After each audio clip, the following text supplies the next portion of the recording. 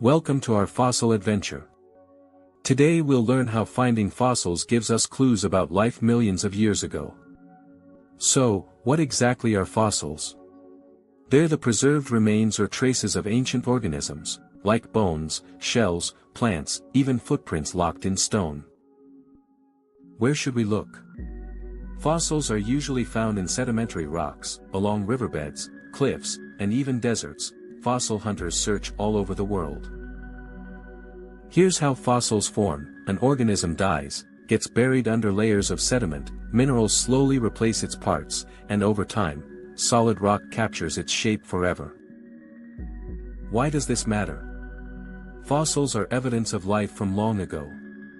They show how species evolved and give us a timeline of Earth's history. Want to try it yourself? You can visit a dig site or museum.